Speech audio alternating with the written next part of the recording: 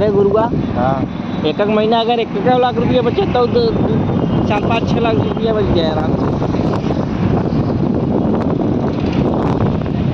और 10 के वीडियो क्या रहेगा? हाँ? 10 की वीडियो।